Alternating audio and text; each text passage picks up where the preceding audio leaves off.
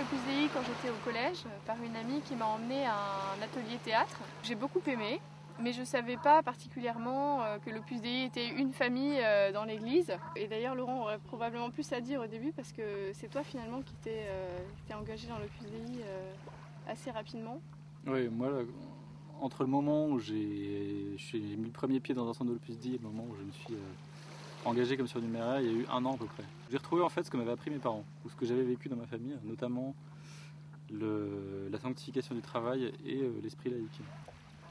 Une deuxième chose qui m'a beaucoup marqué, c'est le niveau d'exigence spirituelle un peu. Enfin, on ne pouvait pas se contenter d'une foi médiocre, on ne pouvait pas se contenter d'une foi tiède.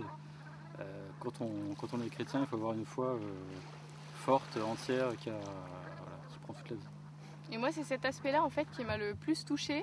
Et l'unité de vie en fait que l'Opus Dei nous aide à avoir entre tous les domaines de notre journée, le travail, la famille, la prière, c'est quelque chose qui m'a beaucoup frappée et c'est vraiment là que j'ai senti que Dieu m'appelait, c'était d'avoir plus cette unité entre toutes les différentes composantes de ma vie et que tout était en lui, pour lui. Est-ce que tu vois mon doigt qui passe de l'autre côté là ? Ah oui, une double. On va le faire après. C'est pas parce que Laurent et moi on fait partie de l'Opus Dei que les enfants feront forcément des activités spirituelles avec l'Opus Dei et en feront forcément partie après. D'une certaine manière, on peut dire que c'est chacun de son côté, tout comme on a chacun notre profession. Maintenant, c'est forcément quelque chose qui a un impact sur la vie de couple. On peut en parler ensemble, quand on peut on va à la messe ensemble, on dit le chapelet ensemble, on prie ensemble, surtout en vacances en ce moment. C'est vraiment quelque chose qu'on peut vivre à deux et qui nous procure beaucoup de joie. Une des choses intéressantes qu'enseignait Saint José Maria, c'était que c'est pas parce qu'on est marié qu'il faut en quelque sorte être en terrain conquis avec son conjoint et qu'il faut garder un peu l'esprit qu'on avait quand on en était fiancé. Quand tu commences à connaître quelqu'un dans une relation amoureuse, tu as toujours envie de savoir plus ce qu'il est, ce qu'il aime, ce qu'il a fait.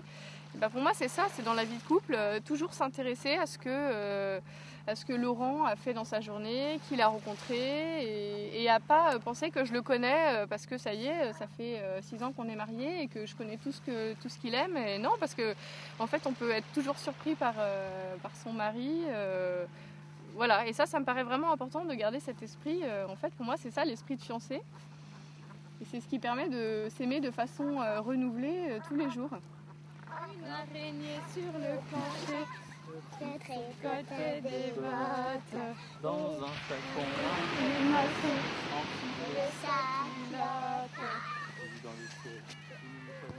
En fait, c'est un engagement tout simple de vie de prière pour rentrer plus en intimité avec le Christ et lui présenter toute notre vie. Dans l'Opus Dei, on nous apprend beaucoup à être concret en fait dans le chemin qu'on fait avec Dieu, c'est-à-dire d'identifier vraiment les points sur lesquels on peut s'améliorer, par exemple. Non, pas les doigts. J'ai les journées bien remplies. Parce que je travaille avec 80%, j'ai 3 enfants qui sont petits. Du coup, le matin, je commence par la prière, je me lève un peu plus tôt. Et c'est ce qui me permet après de garder la paix dans la journée, même quand j'ai l'impression que je ne vais pas réussir à faire tout ce que j'ai à faire. Et d'avoir des vrais moments, au travail, d'être à mon travail, à la maison, d'être vraiment avec les enfants. Et quand je suis avec Dieu, d'être vraiment avec lui. Et si je peux, j'essaye de trouver des moments au calme. Le mieux, c'est quand je peux être dans une église, mais sinon, dans ma chambre, le matin, je suis sûre d'avoir un moment de calme pour parler tranquillement avec Dieu. Beaucoup de gens me disent que mon engagement dans l'Opus Dei est contraignant. C'est vrai que c'est exigeant, mais grâce à cette régularité dans la vie de prière, j'acquiers beaucoup de paix et de liberté intérieure et ça m'aide à vivre mes journées bien remplies, sereinement. Se tricotait des bottes, les maçons dans un flacon. Voilà, les vacances sont finies. On va reprendre le rythme trépidant de la vie parisienne.